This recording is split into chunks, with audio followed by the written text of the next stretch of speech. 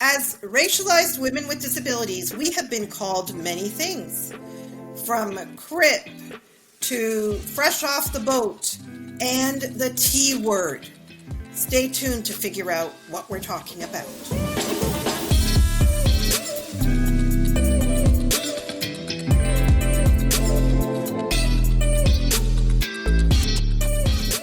Welcome to the Pity Party.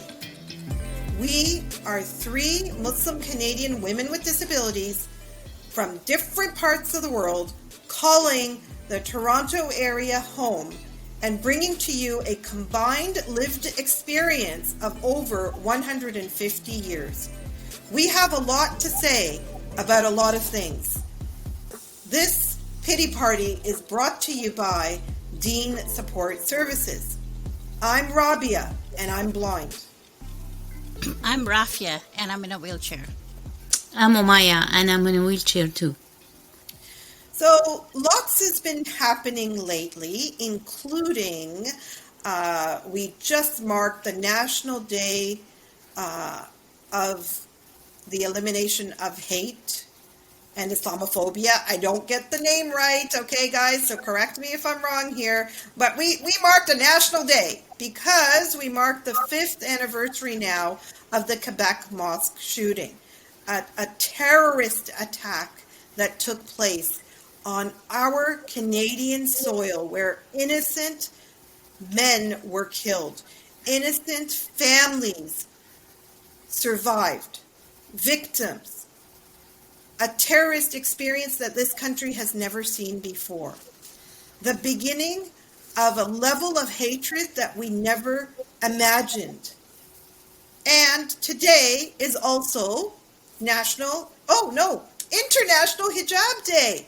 Hijab, this thing that I have wrapped around my head that I wear in many different colors that we all seem to wear because we have things in common here as Muslim women. Not all Muslim women necessarily wear it, but we will talk about this. So it's World Hijab Day, and it's the beginning of Black History Month in Canada. So today we're going to explore the intersections that we live through of shadeism and racism, of anti-Black racism that surrounds us in different ways, of ableism as women with disabilities, and Islamophobia. So let's talk about the T word. Rafia, what's the T word? Well, the T word is terrorist, and we've all heard this term. And it's. I remember I was working as a contract for an organization, and in my going away card, that's what they called me, and it said joke. Goodbye, terrorist, in the card, and it says joke, right? So, I couldn't show that to my parents because I felt really bad. We came to this country for a good life, and this is what we meet, and there's many other stories of how the intersectionality of race and disability, and don't think that because a person is in a wheelchair or have a disability that they don't experience that racism. The place that I was working at, they were ruthless in their discrimination. I'll tell you the story. I mean, one day I went out for lunch, and I noticed everybody is looking at me, and I'm like, why are they looking at me? Is it my hijab? Is it my wheelchair? Like, why? They were looking at me in a very different way. And when I didn't know. And then anyway, long story short, I was going home with a Wheeltrans bus, and the Wheeltrans driver said to me, "What is it that you have at the back of your wheelchair?" I'm like, "What?" And he ripped out a poster that they put at the back of my wheelchair, and it was, subhanallah, it was a blown up picture of my face without my hijab, and the caption read, "I love sex." And it was the most humiliating thing for me. And that shows how they took advantage of me. Just a longer story how they got the picture. They took advantage of my disability. I couldn't run after them after they snatched my picture. They put it at the back of my wheelchair, without me knowing, like pasting that up. And Sad.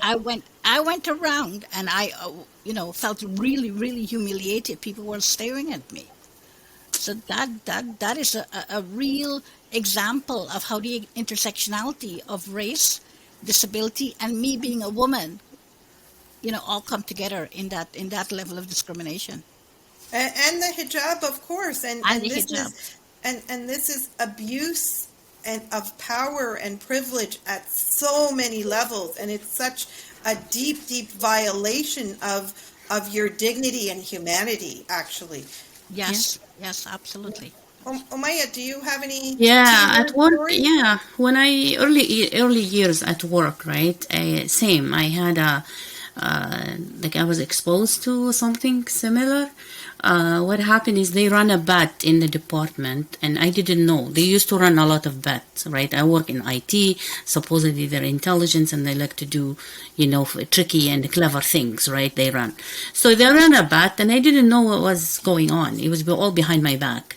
And the bet was about two guys. They were betting that they want to go to a strip club, right? And they were betting the whole department, and they were betting if I would go or not.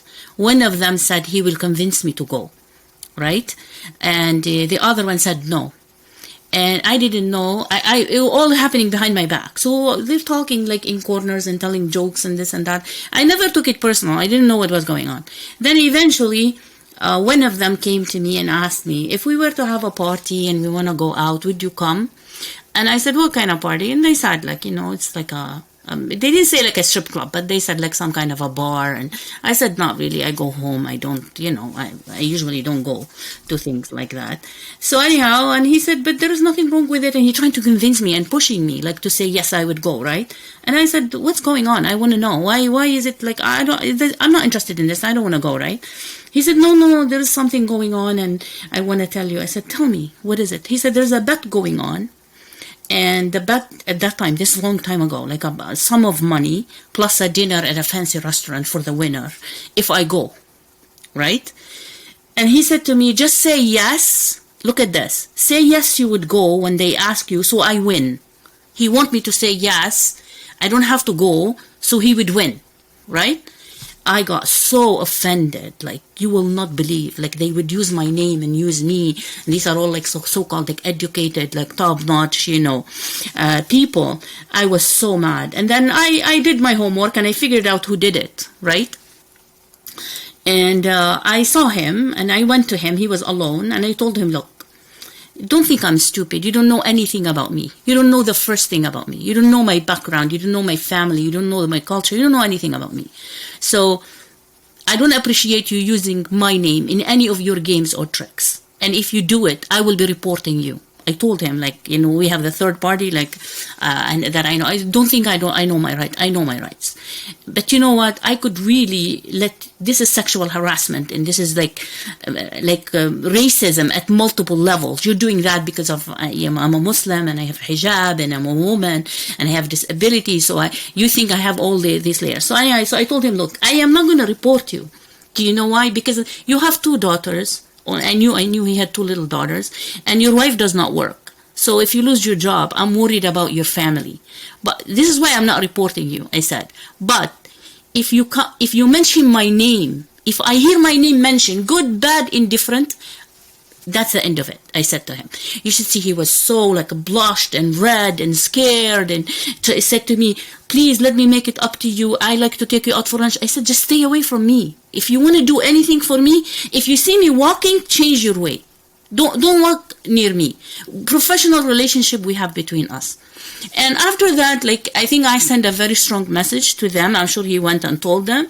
And it was still like, it happened. Like a lot of like racism, discrimination, it's all happening, right? But it's like behind the scenes. But this was one like that really, I was really, really offended. I was really crying because remember, like we come from like a different culture, different value system, right? And for us to be like they use us as material for bets and for things that of this nature, right? It's sad, Yeah, I hear you. And both of your stories, interestingly enough, are related to a form of harassment in the workplace. And These are over, in different contexts and at different points in time. For me, this was going to a local community center for a swimming program, Omaya, that you and I have been running, right, with my girls. And this one little boy from middle school, she was in middle school then, coming up and calling her a terrorist. And my daughter was very upset and angered by this, and the other kids, around him were laughing, and, he was the clown, whatever. And I actually took steps. I called the school. I told them what had happened. My daughter was able to identify the child. I said, this is a learning opportunity. We need to nip this in the bud. We can't let him get away with this, even if it's a joke. He needs to be educated. This causes deep harm and leaves people with scars. In fact, traumatizes people. Yeah. So the T word is often synonymous with Muslims. Oftentimes we portray males, but females feel the greatest impact. Muslim women that wear hijab, often seen as a symbol of oppression, no matter how hard we try to prove that it's a symbol of liberation for us, in fact. We're no longer just a symbol of oppression. We're even a symbol of terrorism in many ways, in terms of how Muslim women have been globally depicted in the media and in headlines and things like that. And, when we're talking about intersectionality, we're talking about race, right? We're talking about our skin colors. We are brown women. And we can say that as brown women, right? We can use the B word for ourselves, and we can use the T word on ourselves because we're claiming that space, whether we like it or not. If other people are going to label us with those terms, they don't have any right to. But we have the right to make jokes about how we are depicted and identified. If we choose to call ourselves, disabled or crip or whatever, this is our right because it's our lived reality. So if my lived reality is being labeled with the T word, I am going to claim that T word, and I am going to raise, quote unquote, holy terror to correct your perceptions of who I am. Because, we're contributing part of this society, and so as Muslim women who wear hijab, who have disabilities, we face these multiple layers of disadvantage, this multiple layers of discrimination, and we're tired of the fight, And when we're talking about racism, we have white friends. Muslim women, white friends who have a lot of white privilege, but once they wear the hijab, that privilege is wiped out.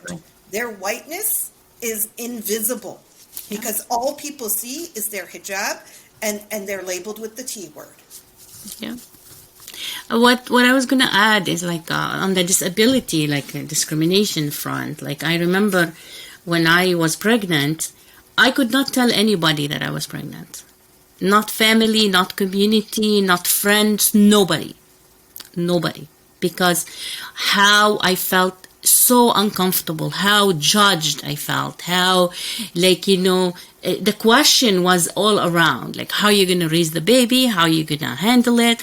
How are you sure you want to do this? You can feel it, in the air, right? All the words. And you know what? Once they learned, yes, I sort of blocked it, I didn't allow people chance to voice it, but I can feel it. And up to now, to be honest with you, my daughter's about to be married and have their own kids, and I still feel why did you have to do that? It's sort of the elephant in the room, right? And are you sure you are a woman? You have that need to be a mother, to be a wife, to have a family. Who said that you shouldn't have that? Who you should be seeking permission from? Nobody. Exactly. No doctor, no mom, no dad, nobody. This is your right, absolute right. And you should be. You're right. Yes. You should be empowered to make the decision. Even if you die, even if I had died on the labor bed and still good, I died achieving my dream. of being a mom. I tell you, this is the truth. And if Oh, I have this to redo it, if I had to do it again, like what's the worst case scenario? I'm gonna die, right? You know? Okay, bring it on. It's fine. I'm happy. I wanna live the dream, and I don't want anybody, honestly, to discourage me or to. And your discouragement and your racist remarks and your discrimination and all can you can keep it. Like I am not interested in listening to it. And this is like when I say this, like I say it as a strong message, send it out that be proud of you are. You live once, and go after your dream, and don't let any of these things come your way. Turn the deaf ear. Absolutely. Turn the Perfect. deaf ear. absolutely. I actually had the same reaction too, and for me it was for adoption. Like, are you gonna adopt? Are you gonna take trouble on? Are you gonna, And I don't, and it was like unbelievable the negativity I received. Why would you take that trouble on? You I know. know. So it was interesting, but that's a whole nother topic. We can That talk is a about. whole nother topic, Yeah. and we're nearing to the end of this conversation, which we're gonna carry forward in different segments and explore different shades and colors and components of this conversation that we've started. And on that note, Rafia and Omaya, I will pick up on that and say, I had 4 kids, and people look at me saying, 4? And I say, yeah, I had to have your share. So Good job. on that note, this is a wrap of the pity party. Thank you, everybody. Thank you. Assalamu alaikum. Alaikum salam. Well,